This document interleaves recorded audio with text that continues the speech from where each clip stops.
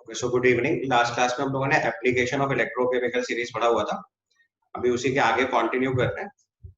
So write on the next term, this is relationship of delta G not which is standard गेज free energy and E not. Write on the next term, relationship of delta G not, bracket में लिख लीजिएगा standard गेज free energy and E not. तो सबसे पहले देखो, चार टर्म डिफाइन कर रहे हैं हम लोग। एक डेल्टा जी नॉट, एक ई सेल और एक E not cell. So delta G was gives free energy. Delta G naught is standard gives free energy. E cell is EMF of cell and E naught is standard EMF of the cell. चार technical term है. Delta G is gives free energy. Delta G naught is standard gives free energy. E cell is EMF of cell and E naught is standard EMF of cell. इसमें जो delta G है वो represent करता है maximum useful work done. Delta G represents maximum useful work done.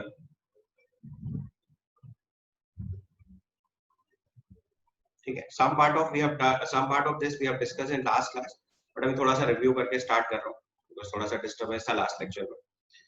So delta G का relation आएगा delta G equal to minus N F E cell. ये relation अपने को लर्न करना है। Delta G equal to minus N F E cell where n is number of electron exchanged, f is your Faraday which is 96500 coulomb, and delta G naught is minus NF E naught cell। जैसे delta G लिखा है minus NF E cell, similar process से अगर delta G naught लिखेंगे तो E cell की जगह E naught cell हो जाएगा। तो delta G is minus NF E cell and delta G naught is minus NF E naught cell। अब इसमें जो इंपॉर्टेंट पॉइंट नोटिस करने का वो मैं आपको बता रहा हूँ जहाँ से क्वेश्चन बनता है। सबसे पहला टर्म लिख रहे हैं ई सेल। तो ई सेल के बारे में बताया मैंने, it is intensive property EMF of the cell. Physics में आप लोगों ने सीखा होगा सेल का जो वोल्टेज होता है मैक्सिमम जो वैल्यू लिखी जाती है that is called EMF of the cell. तो ई सेल लिख रहे हैं उसी को हम लोग, that is called intensive property. और अगर आप इंटेंसिव प्रॉपर्टी नहीं समझते तो इंटेंसिव प्रॉपर्टी के आगे ब्रैकेट में लिख लीजिए मास इंडिपेंडेंट प्रॉपर्टी। ऐसी प्रॉपर्टी जो मास पे डिपेंडेंट नहीं होती उसको बोलते हैं मास इंडिपेंडेंट प्रॉपर्टी। जैसे मैंने आपको एग्जांपल बताया था, सपोज करो आप 1 केजी वाटर लो या 2 केजी वाटर लो, वाटर की डेंसिटी 1 ग्राम पर एमएल फिक्स रहेगी।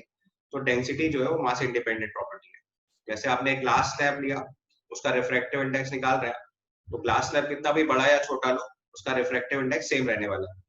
तो ऐसी प्रॉपर्टी हुई मास इंडिपेंडेंट। दूसरी प्रॉपर्टी होती है एक्सटेंसिव प्रॉपर्टी जो मास डिपेंडेंट है, which is delta G gives free energy, that is your extensive property. Extensive property वो होती है जो मास डिपेंडेंट होती है, जितना ज्यादा मास लोगे प्रॉपर्टी की वैल्यू उतनी ज्यादा आएगी। और जो एक्सटेंसिव प्रॉपर्टीज होती हैं वो एडिटिव फंक्शन होते हैं, मतलब अगर दो वैल्यूज को आप ऐड करोगे तो they can be directly added up. और जो एक्सटेंसिव इंटेंसिव प्रॉपर्टीज होती है वो नॉन एडिटिव फंक्शंस होते हैं, मतलब आप उनको सीधे ऐड नहीं कर सकते। क्लियर? अब इसी को मैं एग्जांपल से समझा रहा था, यहीं से स्टार्ट करना है। तो सबसे पहला एग्जांपल लिखेंगे हम लोग कि अगर हमारे पास जिंक सॉलिड के Zn2+2 इलेक्ट्रॉन का E नॉट वैल्यू जो है वो -0.76 वोल्ट गिवन है, और मैं इस इक्वेशन को देखो 2 से मल्टीप्लाई कर दूं, still the value of E naught remains same। यानी कि अगर आप किसी एक इक्वेशन को किसी एक पर्टिकुलर नंबर से मल्टीप्लाई करते हैं then there is no change in EMF of the cell because it is intensive property। Mass change करने से या इक्वेशन में एक नंबर मल्टीप्लाई करने से उसकी वैल्यू पे कोई चेंज नहीं आ रहा। दूसरा एग्जांपल जैसे हम लोग लिखें, we have copper 2+ electron gives E copper plus. तो अगर मैंने इसका E नॉट लिखा तो it is copper 2+2 copper plus. दूसरे इक्वेशन में कॉपर प्लस में एक इलेक्ट्रॉन ऐड करा तो इसका E नॉट लिखा तो इट इज कॉपर +2 कॉपर। और तीसरी इक्वेशन में कॉपर 2+ में 2 इलेक्ट्रॉन ऐड करके कॉपर बनाया और इसकी E नॉट वैल्यू लिखी थी, इट इज कॉपर 2+2 कॉपर। से तीन इक्वेशन है हमारे पास। कॉपर 2+ में एक इलेक्ट्रॉन ऐड करा कॉपर प्लस बना, कॉपर प्लस में एक और इलेक्ट्रॉन ऐड किया तो कॉपर सॉलिड बना। इन दोनों इक्वेशंस को अगर मैं ऐड कर दूं ये नीचे वाली इक्वेशन बन जाएगी, बट दो इक्वेशंस ऐड करने से हम इसका E नॉट वैल्यू ऐड नहीं कर सकते, राइट? तो इसका मतलब अगर यहाँ मुझे रिजल्ट लिखना हो तो E not of copper 2+2 copper may not be equal to E not of copper 2+2 copper plus E not of copper +2 copper. इस बात पे ध्यान देना है. This is an important phenomenon. If you are adding equation number 1 and 2 तो उसकी ई not value add नहीं कर सकते. अब आप जो ऐड कर सकते हैं वो ऐड कर सकते हैं डेल्टा जी नॉट. तो अगर मैं इसी की corresponding delta G not values लिखूं तो I can write delta G one not is equal to minus N F E not. So n is 1 f into E naught of copper 2 plus 2 copper plus. Similarly दूसरे equation के लिए delta G2 not लिखूंगा तो it is again minus f into E naught of copper plus 2 copper.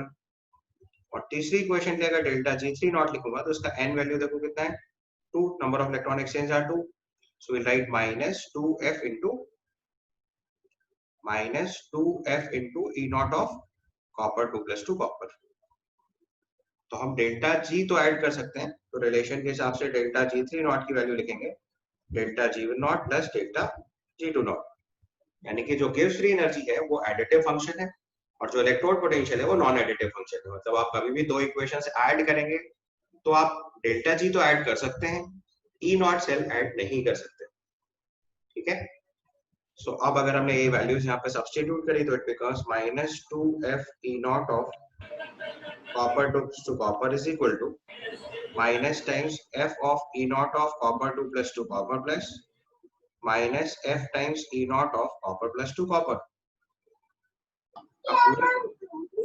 अब अगर आप पूरे equation में माइनस एफ से या माइनस 2f से डिवाइड कर दो और रिलेशन आ जाएगा E naught of copper 2 plus 2 copper is actually equal to E naught of copper 2 plus 2 copper E naught of copper 2 plus 2 copper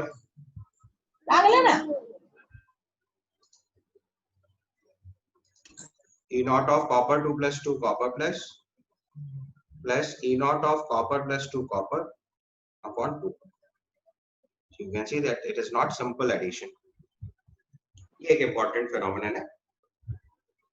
अगर हम दो इक्वेशंस को ऐड करते हैं तो आप डेल्टा जी ऐड कर सकते हो बट ई नॉट ऐड नहीं कर सकते. इस चीज को ध्यान से देख लो.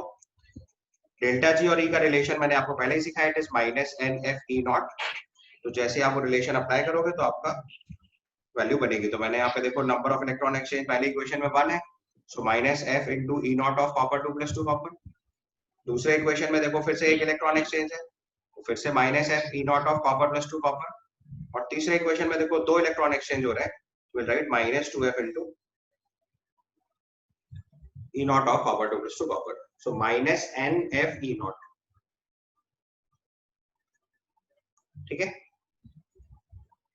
क्लियर. तो आपको ऐसे डायरेक्ट रिलेशन भी पूछा जा सकता है. बाकी क्वेश्चन में अगर एग्जाम में न्यूमेरिकल क्वेश्चन आएगा तो इनकी वैल्यूज गिवन होंगे. दोनों तरह के क्वेश्चंस आते हैं. अगर थ्योरेटिकल क्वेश्चन होगा तो what they will do, they will ask the expression कि इसमें से कौन सा एक्सप्रेशन करेक्ट है, तो आपको यही राइट एक्सप्रेशन फाइंड आउट करना है. और अगर न्यूमेरिकल क्वेश्चन क्रिएट करना होगा किसी को तो they will give you the values. तो दोनों तरह के क्वेश्चन के लिए प्रिपेयर्ड रहा जाता है. एग्जामिनेशन में दोनों तरह के क्वेश्चंस आते हैं. Some questions are of type जिसमें आपका थ्योरेटिकली एक्सप्रेशन पूछा जाएगा. अनदर टाइप ऑफ क्वेश्चन है जिसमें आपको एक्जेक्टली वैल्यू देके सॉल्व करना होगा. तो अभी हम लोग क्वेश्चन सॉल्व करते हैं तो आपको समझ आ जाएगा. So write down a question now. तो आप इस चीज को भी न्यूमेरिकली समझ जाएंगे कैसे करना है. सो एक क्वेश्चन लिखिए. Given E naught of Fe3 plus and to Fe2 plus is 0.77 volt. E naught of Fe2 plus is 0.44 volt. Then find out E naught of Fe3 plus to Fe. ये आपका question.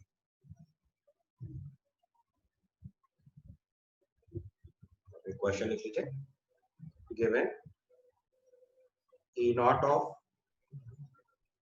Fe3 plus to Fe2 plus is 0.77 volt. E naught of Fe2 plus is 0.44 volt. Then find E naught of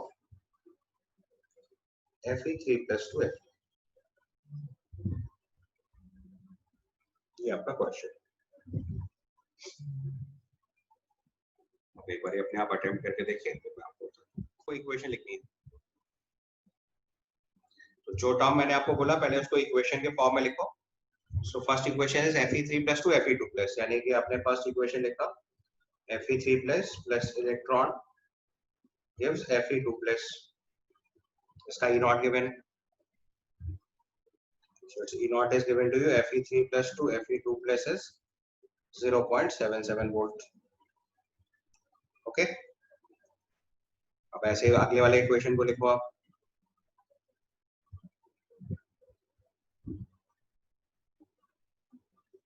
second equation ऐसे ही लिखूंगा मैं, तो Fe से Fe2 plus लिखा हुआ है, so Fe will convert to Fe2 plus, then it will be with the loss of 2 electrons.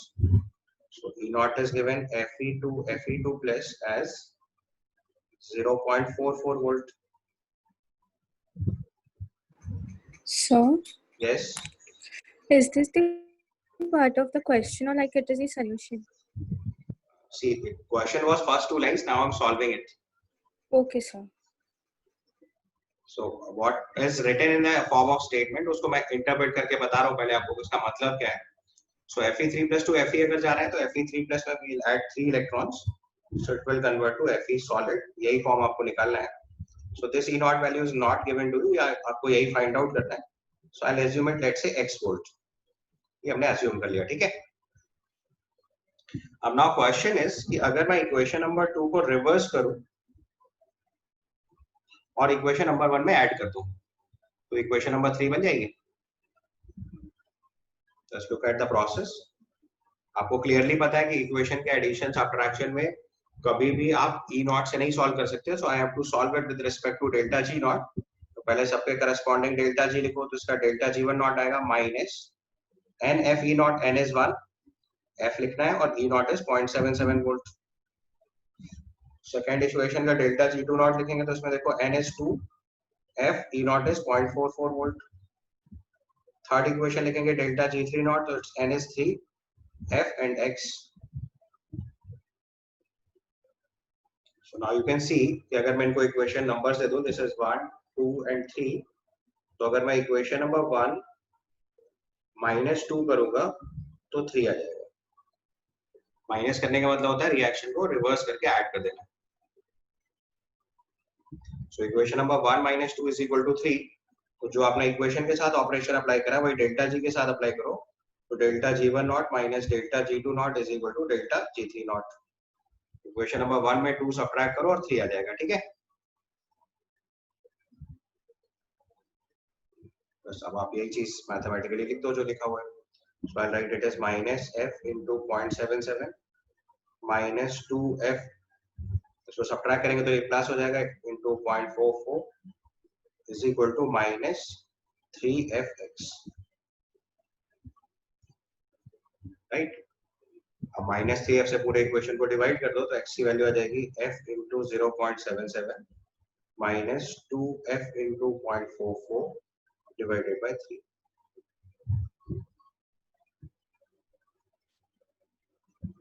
इसको solve करके आपको वैल्यू बतानी है. This is your answer.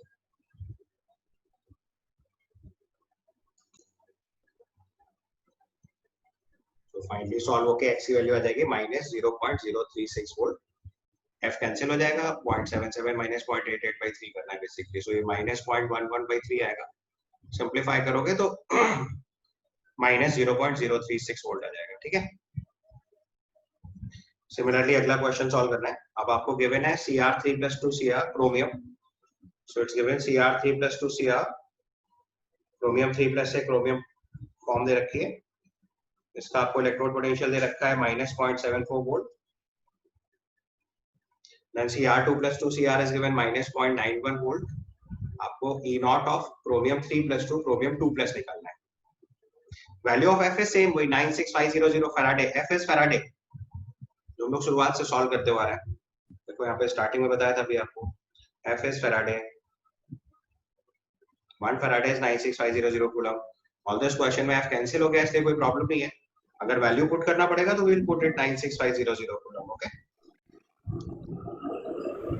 Another question is given E naught of chromium 3 plus 2 chromium. तो जैसे मैंने लिखा है बिल्कुल पहले उसको इक्वेशन के फॉर्म में लिखो, just like the previous question.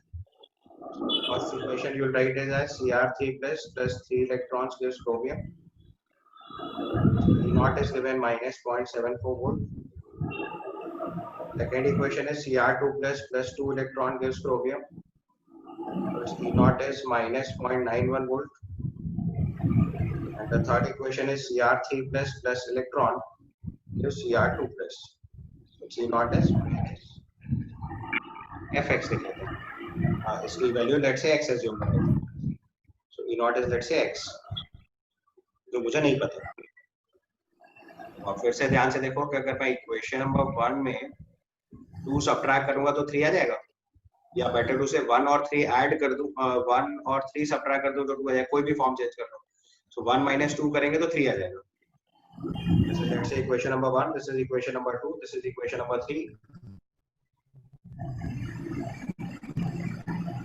तो इक्वेशन नंबर 1 में 2 अगर सब्ट्रैक्ट करेंगे तो आपका इक्वेशन नंबर 3 आ जाएगा, राइट। तो ये चीज जो हम कर रहे हैं इक्वेशन के साथ ऑपरेट, वो चीज इससे रिलेट करनी पड़ेगी डेल्टा जी से। तो इस इक्वेशन का अगर डेल्टा जी1 नॉट लिखेंगे तो it is minus 3f into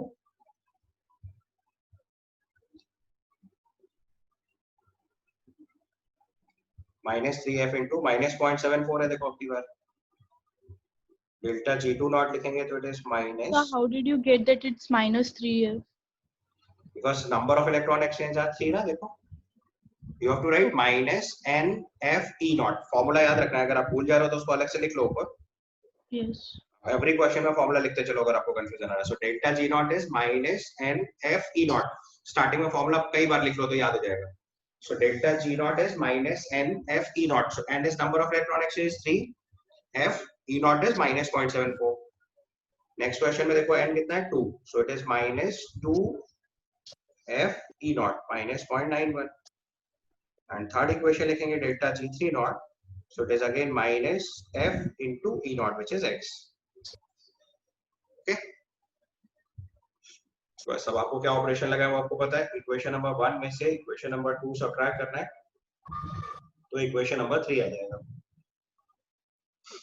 equation number 1 में 2 सब्ट्रैक्ट करेंगे तो 3 आ जाएगा। इसका मतलब यही ऑपरेशन हमें डेल्टा जी पे लगाना है। So delta G1 not minus delta G2 not will be equal to delta G3 not. अब ऐसा कोई भी कर सकता है, दूसरा स्टूडेंट ऐसे भी लिख सकता है delta G1 not equal to delta G2 not plus G3 not, यानी 2 और 3 ऐड करेंगे तो 1 आ जाएगा। तो आप कोई भी लॉजिक निकाल सकते हो। आप इक्वेशन पे जो ऑपरेशन अप्लाई करोगे वही सेम ऑपरेशन आपको डेल्टा जी के साथ अप्लाई कर देना है। क्लियर? बस अब जैसे लिखा है वैसे सॉल्व कर दो। So it is minus 3f into minus 0.74 minus of minus 2f into minus 0.91 is equal to minus fx। ठीक है, तो माइनस f से पूरे इक्वेशन में डिवाइड कर दो। सो x की वैल्यू आ जाएगी 3 इंटू माइनस 0.74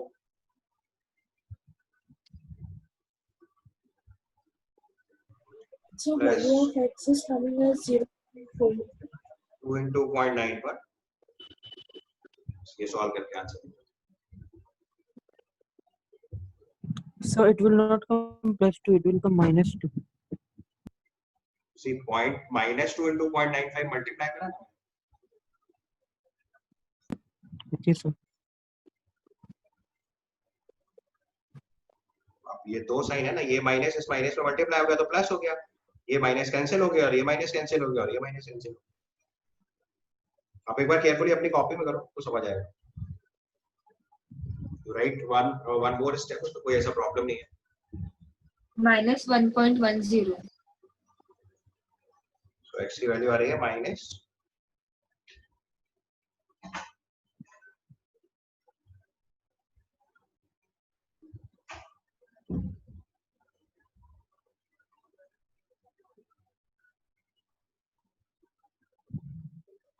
हाँ रिएक्टेंट साइड एडजस्ट कर दोगे तो अपने आप प्रोडक्ट साइड मैच कर जाएगा।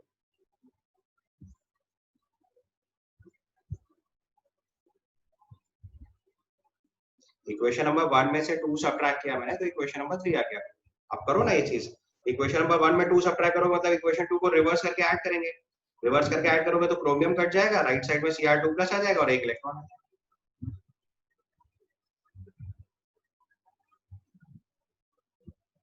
Okay,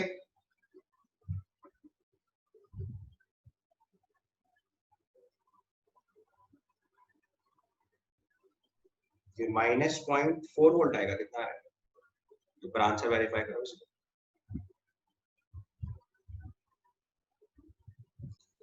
So next important term is standard EMF of the cell, which is called E naught cell. तो अब जैसे मान लो कोई भी एक सेल गिवन है मुझे, let's say zinc solid Zn2 plus aqueous, copper 2 plus aqueous, copper solid. This is the cell given to be. तो पहले आपको उसमें सेल इक्वेशन लिखना है. तो एनोड पे ऑक्सीडेशन होगा. So zinc solid, ये Zn2 plus 2 इलेक्ट्रॉन. इसके लिए आपको E नॉट गिवन है. E not is zinc 2 Zn2 plus.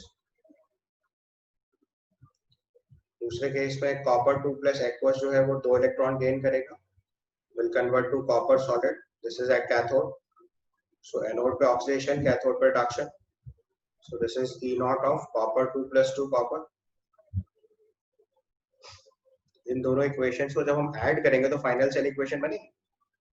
So that is zinc solid plus copper 2 plus aqueous gives copper solid plus Zn2 plus aqueous. ये पूरा cell equation बन गया. अभी तक देखो हम इलेक्ट्रोड्स डील कर रहे थे. Now this is cell equation.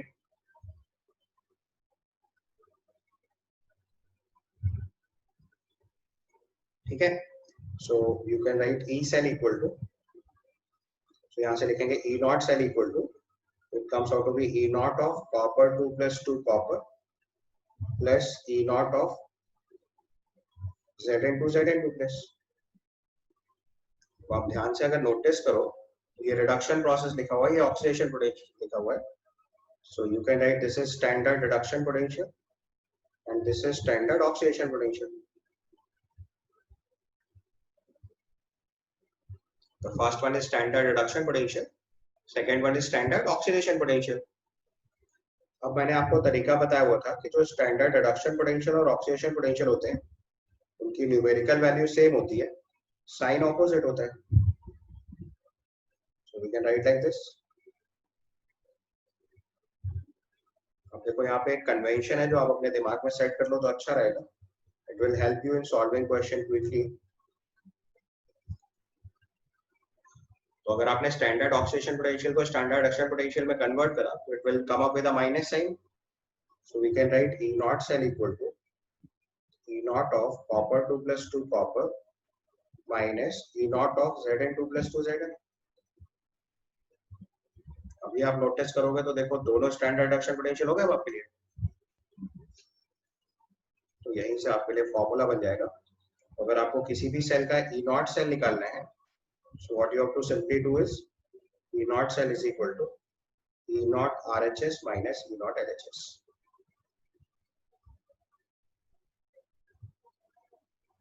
This is the formula which will commonly use to solve any question. So RHS मतलब electrode on right hand side and LHS मतलब electrode on left hand side. तो आपको convention से बताया था right hand side में कौन सा इलेक्ट्रोड होता है. तो electrode on right hand side is cathode. Cell के कन्वेंशन में सिखाया था. राइट हैंड साइड पे हमेशा इलेक्ट्रोड कौन सा आएगा, कैथोड. और electrode on left hand side is always anode. So electrode on left side is anode. तो हमें क्या करना है, standard reduction potential of cathode minus anode कर देना है. समझ आया. सो इसको लर्न करने के लिए याद रखते हैं E naught RHS minus E naught LHS.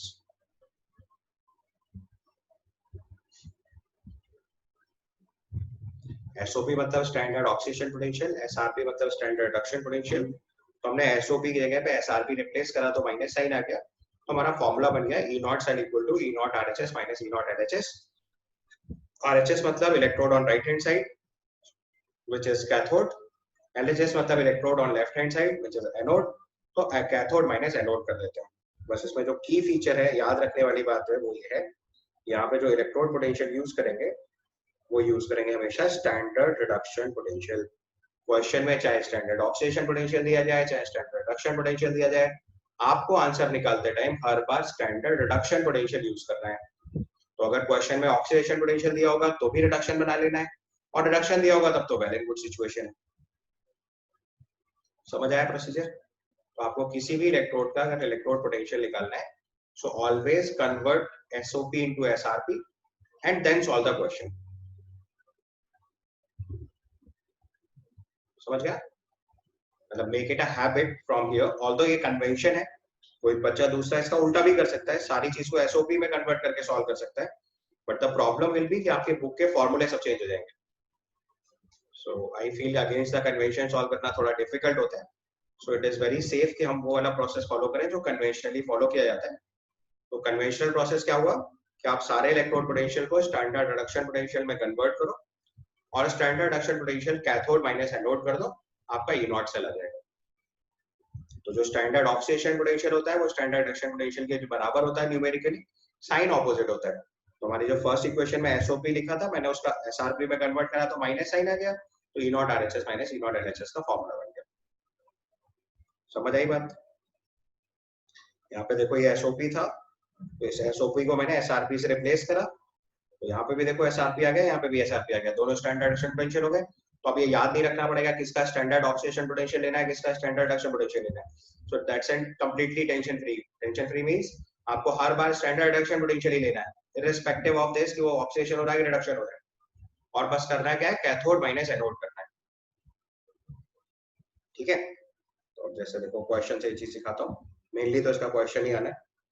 तो सबसे पहले क्वेश्चन में अगर हमने लिखा है E not of copper 2 plus 2 copper given as 0.34 volt, E naught of Zn 2 plus 2 Zn is given इसका उल्टा लिखते हैं पहले एक बार। So E naught of zinc 2 Zn 2 plus is given 0.76 volt। आपको उसका E naught सेल बताना है।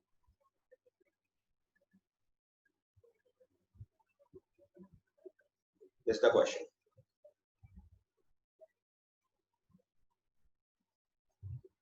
ठीक है, कन्वेंशनली हमने आपको बताया था ना, जब सेल का रिप्रेजेंटेशन सिखाया था आईयूपीएसी रिप्रेजेंटेशन ऑफ सेल, तो उसमें आपको क्लियर किया था कि कन्वेंशनली कैथोड हमेशा राइट हैंड साइड पे लिखते हैं, एनोड हमेशा लेफ्ट हैंड साइड पे लिखते हैं। तो जो कैथोड का स्टैंडर्ड पोटेंशियल है उसको ऐसा राइट हैंड साइड इलेक्ट्रोड लिख ले रहे हैं, और जो एनोड है उसको लेफ्ट हैंड साइड लिख ले रहे हैं। तो कैथोड माइनस एनोड करना होता है। सिंपली याद रखने का तरीका हो गया RHS minus LHS, because convention है, आप कोई भी सेल रिप्रेजेंट करोगे तो एनोड हमेशा लेफ्ट हैंड साइड में होगा, कैथोड हमेशा राइट हैंड साइड में होगा। तो राइट हैंड साइड वाले इलेक्ट्रोड का ईएमएफ में से लेफ्ट हैंड साइड वाले इलेक्ट्रोड का ईएमएफ सब्ट्रैक्ट कर दो, आपका आंसर आ जाएगा। बस इसमें एक ही प्रिकॉशन लेनी है, और ये एक बहुत स्टैंडर्ड क्वेश्चन है, आपके बोर्ड एग्जाम से लेके हर एग्जाम में आने की प्रोबेबिलिटी रहती है, because this is the portion which is common for all examinations. तो यहाँ पे सिंपली आपको बस क्या रूल रखना है, रूल ये रखना है कि आरएचएस माइनस एलएचएस करना है, और क्वेश्चन स्टार्ट करने से पहले आपको ये चीज नोटिस कर लेनी चाहिए कि सब स्टैंडर्ड रिडक्शन पोटेंशियल गिवन है या नहीं है। नहीं गिवन है तो तुरंत ऑक्सीडेशन पोटेंशियल को किसमें कन्वर्ट कर लेना है, रिडक्शन पोटेंशियल। तो देखो इस क्वेश्चन में E not of copper 2 plus 2 copper तो सही दिया हुआ है, तो यहाँ पे देखो E not of copper 2 plus 2 copper जो दिया हुआ है 0.34 वोल्ट, इसमें कोई प्रॉब्लम नहीं है, तो स्टैंडर्ड रिडक्शन पोटेंशियल ही है। But E not of zinc 2 Zn2 plus दिया हुआ है 0.76 वोल्ट, तो ये आपका स्टैंडर्ड ऑक्सीडेशन पोटेंशियल है। तो आपको इसको चेंज करना पड़ेगा किसमें, स्टैंडर्ड रिडक्शन पोटेंशियल में। तो हम लिखेंगे ई not of Zn2 plus 2 Zn will be equal to minus 0.76 volt. अब ये स्टैंडर्ड रिडक्शन पोटेंशियल हो गया, अब प्रॉब्लम सॉल्व हो गई। ठीक है, E not RHS minus LHS करेंगे तो अपना ई नॉट सेल आ जाएगा, E not of copper 2 plus 2 copper minus E naught of Zn2 plus 2 Zn. So this is 0.34 minus of minus 0.76. This comes out to be 1.1 volt. अब ये बहुत standard part है, क्योंकि हमने जो सबसे पहला सेल सिखाया था डेनियल सेल, ये उसका स्टैंडर्ड ईएमएफ है। कई बार ये डायरेक्ट क्वेश्चन ही पूछ लिया जाता है, स्पेशली नीट वाले एग्जाम में तो बहुत इंपॉर्टेंट क्वेश्चन है। ईएमएफ ऑफ डेनियल सेल बोलते हैं 1.1। अभी हम लोग लास्ट में सेल्स एंड बैटरीज पढ़ेंगे तब आपको लर्न करा दूंगा, अभी सॉल्विंग सीख लो बस। तो E not RHS minus E not LHS करेंगे, तो this comes out to be 1.1 volt. ठीक है, हाँ, आपको अगर ये डिसाइड करना है कि कब स्टैंडर्ड रिडक्शन पोटेंशियल है, कब ऑक्सीडेशन पोटेंशियल है, मैंने आपको पहले ही सिखाया था। देखो इक्वेशन देखो, यहाँ क्या लिखा है, कॉपर 2 प्लस, यहाँ लिखा है कॉपर, कॉपर 2 प्लस से copper is reduction oxidation, reduction तो एसआरपी। यहाँ देखो लिखा है जिंक, यहाँ लिखा है Zn2 प्लस, तो जिंक से Zn2 plus oxidation reduction, oxidation तो ऑक्सीडेशन पोटेंशियल। तो जो प्रोसेस फॉलो हो रहा है उसी का पोटेंशियल होता है। अगर ऑक्सीडेशन हो रहा है तो ऑक्सीडेशन पोटेंशियल है, रिडक्शन हो रहा है तो रिडक्शन पोटेंशियल। आपको देखना है जो लिखा हुआ है वो कैसे लिखा हुआ है। Zinc to Zn2 plus is oxidation, Zn2 plus to Zn is reduction. ठीक है, सेल रिप्रेजेंटेशन में बताया था लेफ्ट हैंड साइड में हमेशा एनोड लिखना है, राइट हैंड साइड में हमेशा कैथोड लिखना है। तो राइट हैंड साइड मतलब कैथोड, लेफ्ट हैंड साइड मतलब एनोड।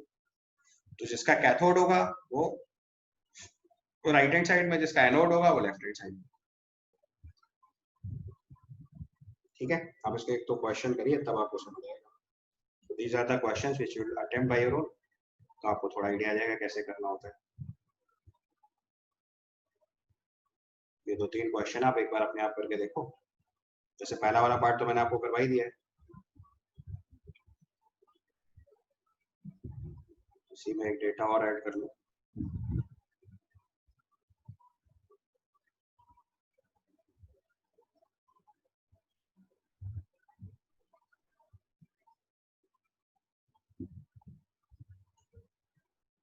और क्वेश्चन सॉल्व करना। तो देखो इस तरह के क्वेश्चन स्टार्ट करने में सबसे पहला काम क्या करना होता है कि जो भी डेटा आपको गिवन है उसमें पहले ये इंश्योर कर लो that everything given is standard reduction potential. Otherwise question में सिली मिस्टेक हो जाएगा, आपको पता ही नहीं चलेगा आप गलती कर गए।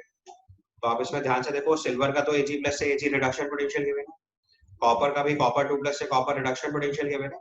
जिंक के साथ देखो गड़बड़ लिखा हुआ है, जिंक का Zn2 प्लस लिखा हुआ है, so it's given oxidation potential. तो आपको अपना क्वेश्चन स्टार्ट करने से पहले ही जिंक का इलेक्ट्रोड पोटेंशियल चेंज कर लेना है।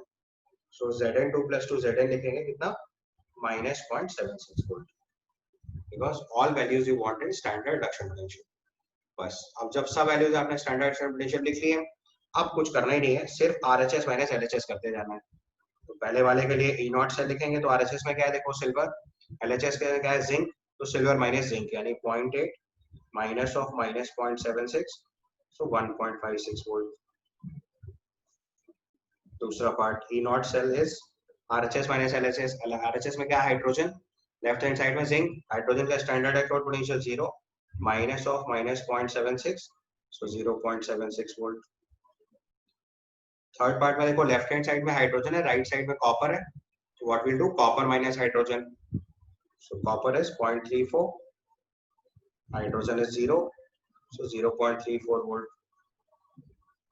और फोर्थ पार्ट में देखो राइट साइड में सिल्वर है, लेफ्ट साइड में कॉपर है, तो सिल्वर माइनस कॉपर, उसका E नॉट चला जाएगा 0.8 माइनस 0.34, 0.46 वोल्ट।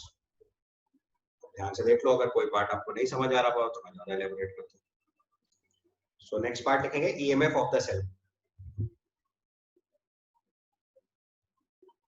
ठीक है, तो यहाँ पे देखो पहले अगर आपको उसको फॉलो करना है कि आता है कैसे, पहले मैं आपको फॉर्मूला निकालना सिखा रहा हूँ, अदरवाइज आपको सिंपली फॉर्मूला यूज करना है क्वेश्चन सॉल्व करने के। तो मैं एक बार आपको बता देता हूँ कैसे सॉल्व करते हैं।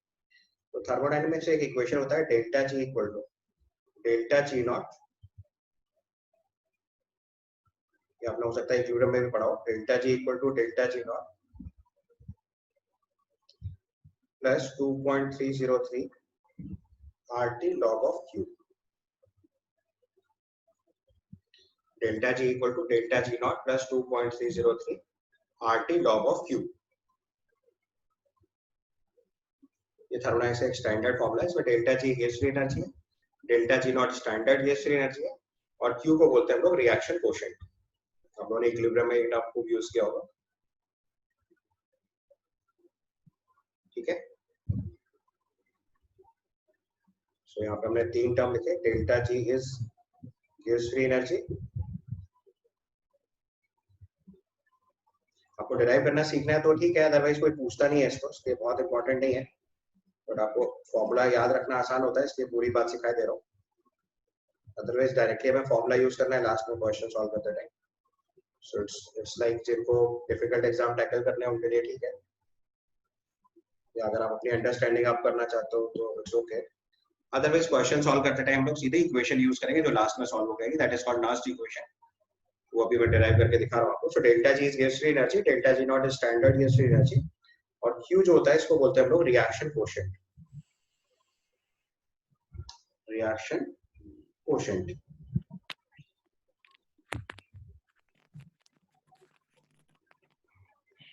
ठीक है, सो आप क्या करो कि, और डेल्टा जी का रिलेशन आपको एक ईएमएफ से बता रखा है, this is minus N F E cell, और delta G naught is minus N F E not cell.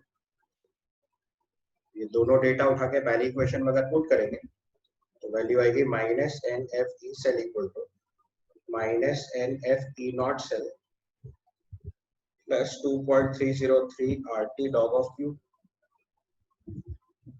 Minus N F से अगर पूरी इक्वेशन को डिवाइड कर देंगे तो it becomes E cell equal to E not cell minus 2.303 RT by NF log of Q।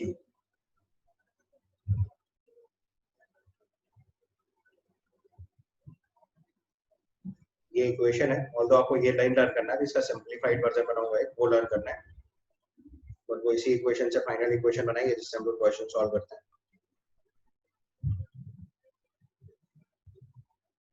उस equation को हम लोग बोलते हैं last equation.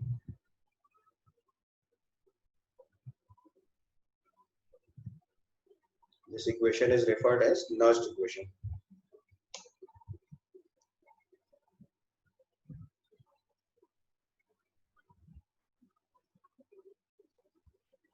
This equation is referred as nudged equation.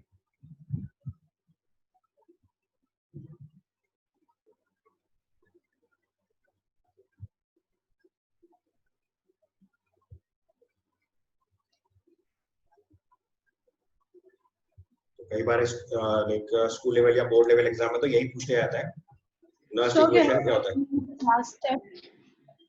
Last step में बेटा मैंने बस माइनस एन एफ से पूरे इक्वेशन में डिवाइड कर दिया, so it becomes E cell equal to E not cell minus 2.303 RT by NF log of Q।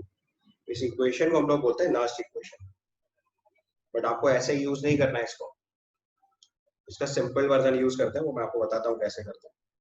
उसमें करते क्या है कि R की वैल्यू पुट करते हैं 8.31 joules per mole kelvin, value of R will put 8.31 joules per mole kelvin, temperature की जगह पुट करते हैं 25 डिग्री सेल्सियस, या बेटर टू से केल्विन में पुट करना है तो 298 kelvin,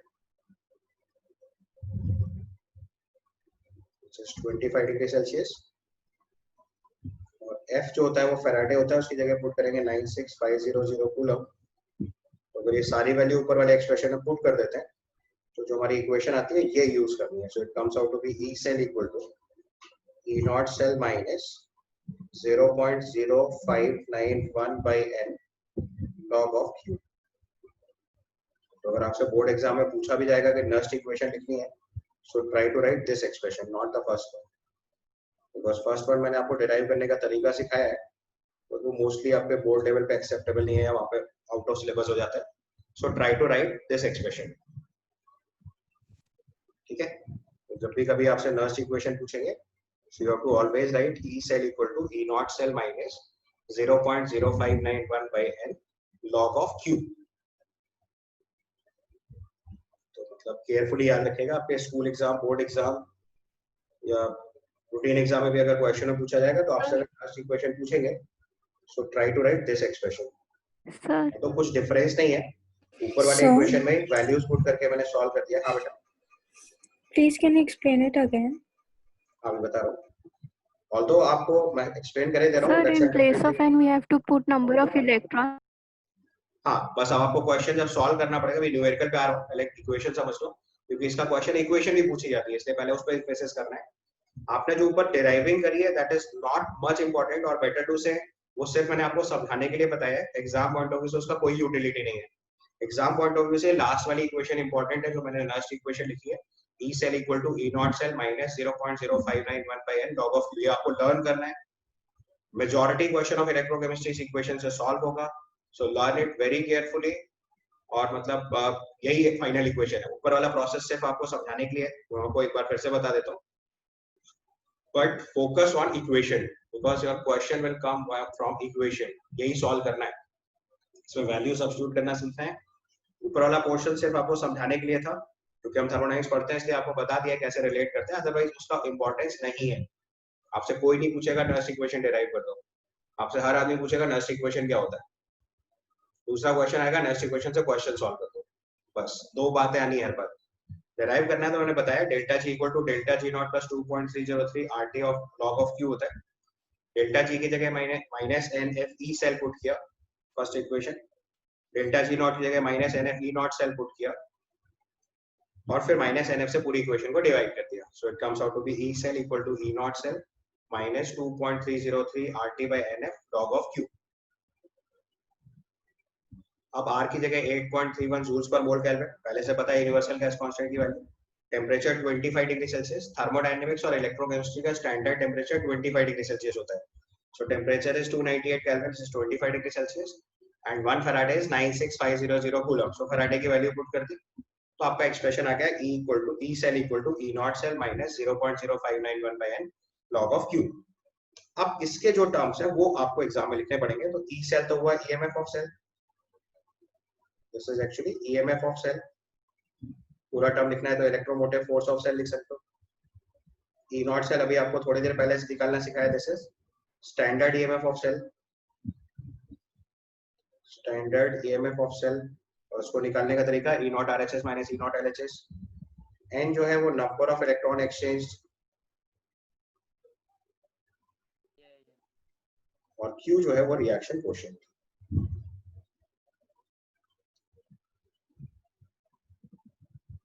Q is your reaction quotient.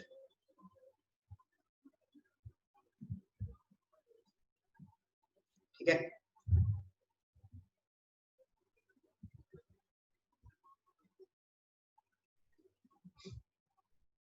तो अब जैसे देखो मैं आपको एक सेल के लिए इसको सॉल्व करके दिखा देता हूँ। Let's say I right an example. हमारे पास एक सेल है zinc solid Zn2 plus aqueous, copper 2 plus aqueous, copper solid। इसका मुझे E सेल निकालना है। सबसे पहला पार्ट E नॉट सेल निकालेंगे, या पहले सेल इक्वेशन लिखो सबसे पहले तो। सो zinc solid on oxidation will give you Zn2 plus plus 2 electron, copper 2 plus plus 2 electron gives copper solid। दोनों को ऐड करके लिखा तो फाइनल सेल इक्वेशन आई आपको। सो this is zinc solid plus copper 2 plus aqueous gives Zn2 plus aqueous plus copper solid।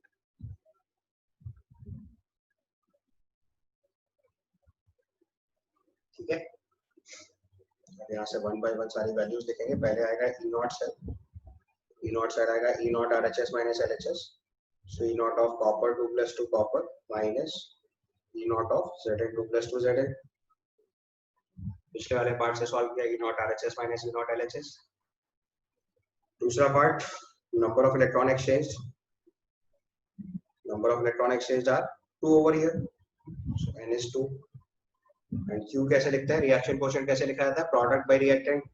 So this is Zn2 plus active mass of Zn2 plus. जो pure solid और pure liquid होते हैं उनके active mass constant होते हैं, वो expression में लिखे नहीं जाते। सो Q is Zn active mass of Zn2 plus upon copper 2 plus. Q is active mass of Zn2 plus upon copper 2 plus. Zinc solid और कॉपर सॉलिड प्योर सॉलिड्स हैं, solids के एक्टिव मासेस नहीं लिखते। Gases के case में partial pressure लिखते हैं, तो गैसेस का active mass partial pressure, solutions का एक्टिव मास कॉन्सेंट्रेशन। अब अगर इसका एक्सप्रेशन लिखेंगे हम लोग finally, so this comes out to be E cell equal to E naught cell minus 0.0591 by n log of Q। या फिनिश्ड इक्वेशन है, substitute the values, तो it comes out to be E cell equal to E not of copper 2 plus 2 copper minus E not of Zn2 plus 2 Zn minus 0.0591 by n which is 2 log of active mass of Zn2 plus divided by copper 2 plus। ये आपका final last equation का expression आ गया। समझ आया? तो school exam में ऐसा क्वेश्चन भी आया, आपके बोर्ड एग्जाम में ऐसा क्वेश्चन भी आ सकता है, केवल एक्सप्रेशन निकाल दो, वैसे करना होगा। न्यूमेरिकल होगा तो ये डेटा गिवन होगा, आपको उसको सॉल्व करना होगा। ठीक है, सो आप देखो हम क्वेश्चन अगर सॉल्व करना स्टार्ट करें तो पहला काम, आपको जो भी क्वेश्चन नर्स्ट इक्वेशन या आपसे कभी भी ईएमएफ ऑफ सेल का क्वेश्चन आएगा तो always try to write the complete cell equation. ठीक है, ये सबसे पहला काम करना है। तो अगर आप सबसे पहले पूरी सेल इक्वेशन लिखेंगे तो पहले वाले सेल में देखो जिंक का ऑक्सीडेशन हो रहा है Zn2+ में और कॉपर का रिडक्शन हो रहा है कॉपर में। ठीक है, सो स्टेप 1 इक्वेशन लिखो। एनोड पे जिंक का ऑक्सीडेशन हो रहा है, तो it is Zn2+ + 2 electron. Cathode पे कॉपर का रिडक्शन हो रहा है, copper 2+ + 2 electron gives copper solid. दोनों टर्म्स को ऐड करो, दोनों टर्म्स को ऐड करोगे तो फाइनल सेल इक्वेशन आ जाएगी आपके पास। So it is zinc solid plus copper 2+ aqueous gives copper solid plus Zn2+ aqueous। इस प्रोसेस में देखो 2 इलेक्ट्रॉन गेन 2 इलेक्ट्रॉन लॉस हुआ, 2 इलेक्ट्रॉन गेन 2 इलेक्ट्रॉन लॉस, तो value of n is 2, value of q is Zn2+ concentration upon copper 2+ concentration। ठीक है, तो copper 2+ concentration देखो 0.01 दिया है, जिंक concentration 0.1 m दिया है। तो अगर हम यहाँ से पहले q सॉल्व कर लें, so that comes out to be 0.1 upon 0.01, this is 10। अब लास्ट इक्वेशन लिखने के लिए हमें E नॉट सेल चाहिए, तो हमें 3 टर्म निकालना होता है, E नॉट सेल, N और Q। 3 बातें आपने सॉल्व कर ली तो उसके बाद तुरंत E सेल निकल आएगा। तो अगला टर्म निकालेंगे E नॉट सेल, तो it is E naught RHS - LHS। अब क्वेश्चन में देखो सब रिडक्शन पोटेंशियल गिवन होना चाहिए। देखो ये भी रिडक्शन पोटेंशियल है, ये भी रिडक्शन पोटेंशियल है, ये भी reduction potential, so no confusion at all. आपको सीधे RHS - LHS करते जाना है। तो इसमें कॉपर माइनस जिंक करेंगे, so 0.34 minus of minus 0.76, this comes out to be 1.1 volt. अब लास्ट इक्वेशन लगा दो, E cell equal to E naught cell minus 0.0591 by n log of Q which is log 10। या अगर ऐसा नहीं click कर रहा तो एक बार पूरी नेक्स्ट इक्वेशन फिर से लिख लो। So next equation is E cell equal to E naught cell minus 0.0591 by n log of Q। Substitute the value, E naught cell is 1.1 volt minus 0.0591 by 2 log of 10। देखो यहाँ थोड़ा smart work करते हैं। Smart work is this कि जैसे physics में हम लोग G की वैल्यू 10 यूज कर लेते हैं ना 9.8 की जगह, बस वैसे ही स्मार्ट वर्क यहाँ पे भी करते हैं। एक्सप्रेशन में तो 0.0591 लिखते हैं, बट सॉल्व करते टाइम 0.06 से सॉल्व कर लेते हैं। इतना लॉग है, तो जब आप एक्सप्रेशन लिखोगे तो 0.0591 by 2 ही लिखो, बट आपको थोड़ा जल्दी सॉल्व करना है कि उससे कैलकुलेशन बढ़ जाएगी, तो 0.0591 की जगह 0.06 लिख लो, तो आपका अप्रॉक्सीमेट आंसर आ जाएगा। एग्जैक्ट सॉल्व करना है तो आप एग्जैक्ट सॉल्व करो। सो log 10 is 1 basically, so 0.0591 by 2 को 1.1 में सबट्रैक्ट करना है, आपका फाइनली E सेल आ जाएगा। So this comes out to 1.07 I think approximately.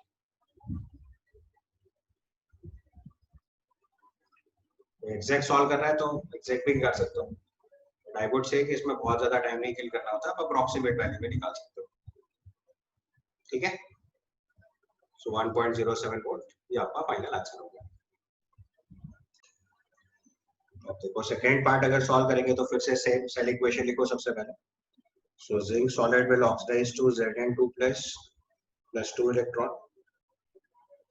Ag + 1 electron gain करके Ag सॉलिड बनेगा। अब आपको इलेक्ट्रॉन कैंसिल कराना है तो सेकंड वाले इक्वेशन को 2 से मल्टीप्लाई करेंगे और फिर ऐड करेंगे। हमारी इक्वेशन बनेगी zinc solid plus 2Ag plus aqueous gives Ag solid 2Ag solid plus Zn2 plus aqueous।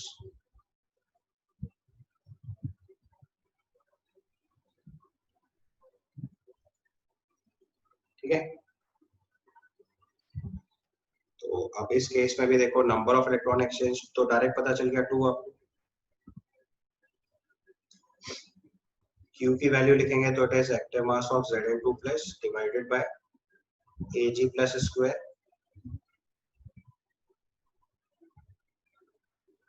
Value put करेंगे तो जिंक कंसंट्रेशन दे रखा है 0.1, Ag प्लस कंसंट्रेशन 0.01 स्क्वायर, उसको सिंपलीफाई करोगे तो वैल्यू 10 to the power 3 आ जाएगी।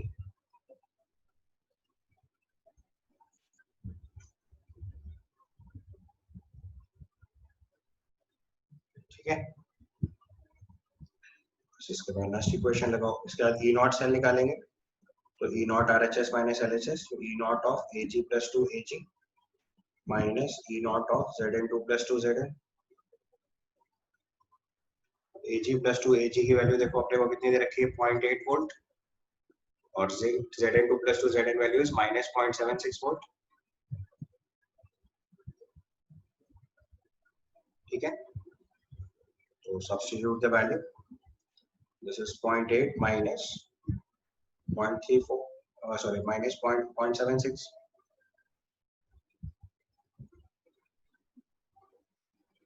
ये आएगा 1.56 वोल्ट। इसके बाद नेक्स्ट इक्वेशन लगा दो, E cell equal to E not cell minus 0.0591 by n log of q, so E cell equal to E naught cell is 1.56 volt minus 0.0591 by 2 log of 10 to the power 3.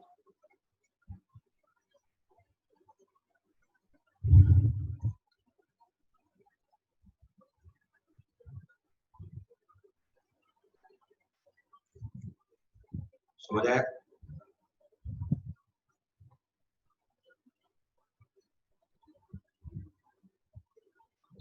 इसको थोड़ा solve कर दीजिए तो result आ जाएगा। So this comes out to be E cell equal to 1.56 minus 0.0591 by 2 into 3.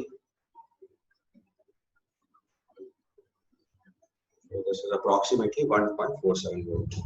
1.4. ये आपका 1.47 volt answer है।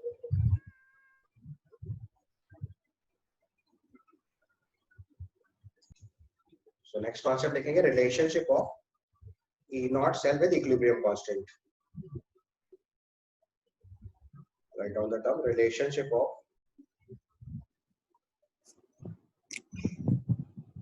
E naught cell with equilibrium constant.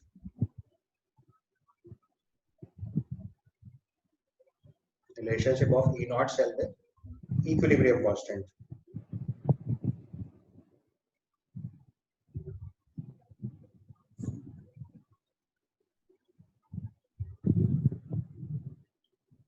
Relationship of E naught cell with equilibrium constant. तो देखो यहाँ पे दो तीन क्लॉज है, पहले को समझना है। So first point, at equilibrium delta G equal to 0. Equilibrium में आपने कॉन्सेप्ट सीखा होगा।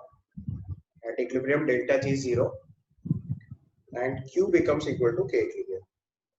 तो रिएक्शन कोएफिशिएंट होता है वो इक्विलिब्रियम कांस्टेंट हो जाता है। So at equilibrium delta G 0 and Q equal to K equilibrium. आपको रिलेशन सिखाया है, delta G equal to delta G not plus 2.303 RT log of Q.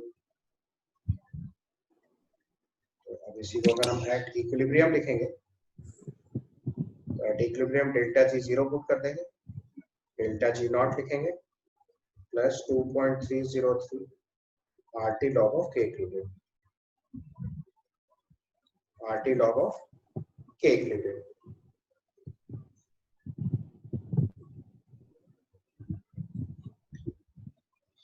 So at equilibrium delta G is 0, so delta G 0 is equal to delta G naught plus 2.303 RT log of K equilibrium.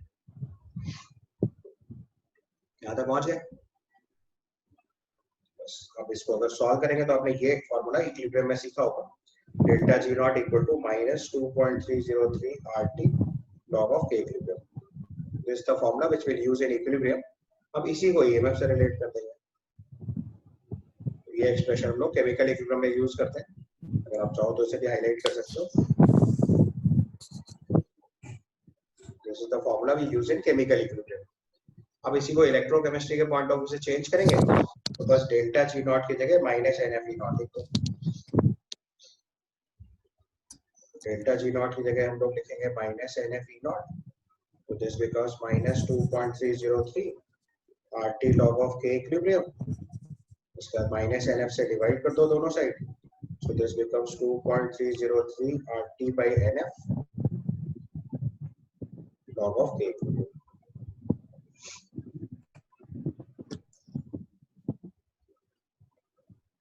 तो कभी relation पूछेंगे तो ये formula direct लगा सकते हैं। बाकी question solve करते टाइम अभी मैंने आपको थोड़ी देर पहले से नर्स इक्वेशन में चेंज किया था, वही सारे चेंजेस यहाँ पे भी कर लो। R की जगह 8.31 joules per mole kelvin put कर देते हैं, टेम्परेचर की जगह 298 केल्विन पुट कर देते हैं, और फैराडे की जगह 96500 कूलम पुट कर देते हैं। तो यही एक्सप्रेशन आ जाएगा E not is equal to 0.0591 by n log of K equilibrium. Electrochemistry में क्वेश्चन सॉल्व करते टाइम ये वाला फॉर्मूला यूज करेंगे। ऊपर वाला फॉर्मूला आ गया तो आपसे फॉर्मूला ही पूछा जाएगा, which of the following expression represents the E naught cell, तो डायरेक्ट यूज कर सकते हैं। और इस सिंपल तरीका क्या है, E not is equal to 0.0591 by n log of K equilibrium लिखेंगे। n वही है जो नंबर ऑफ इलेक्ट्रॉन एक्सचेंज था। आपको ये फॉर्मूला ठीक से लर्न करना है, this is important formula for you, जो आपके एग्जाम में पूछा जाता है या क्वेश्चन सॉल्व करते टाइम लोग यही यूज करेंगे।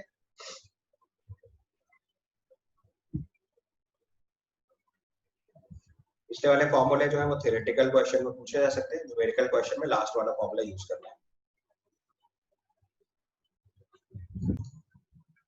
सो लास्ट कॉन्सेप्ट लिखेंगे, condition of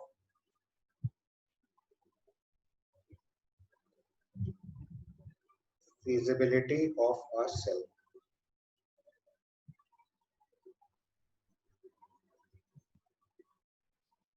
Condition of feasibility of a cell।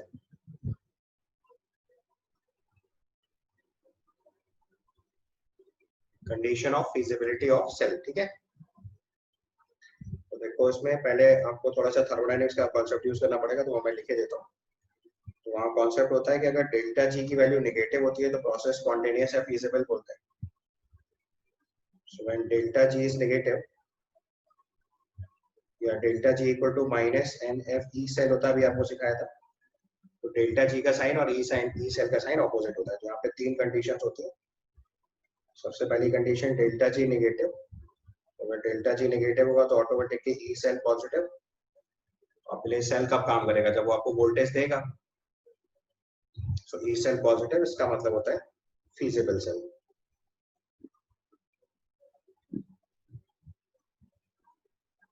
या इसी को आप स्पॉन्टेनियस भी बोल सकते हो।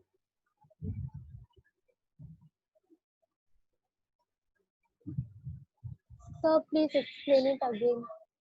दूसरी कंडीशन होती है डेल्टा जी जीरो। अगर डेल्टा जी जीरो होगा तो ई सेल भी जीरो हो जाएगा, इसको बोलते हैं equilibrium.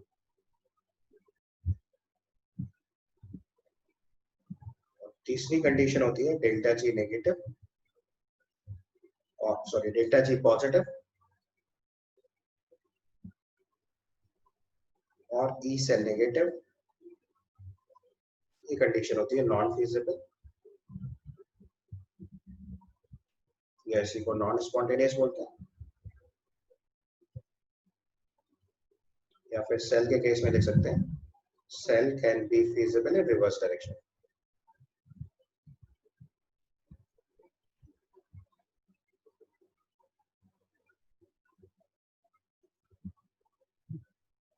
Cell can be feasible in reverse direction. अभी हमने थोड़ी देर पहले डेल्टा जी का रिलेशन लिखा था ई सेल के साथ, तो delta G equal to minus NF E cell.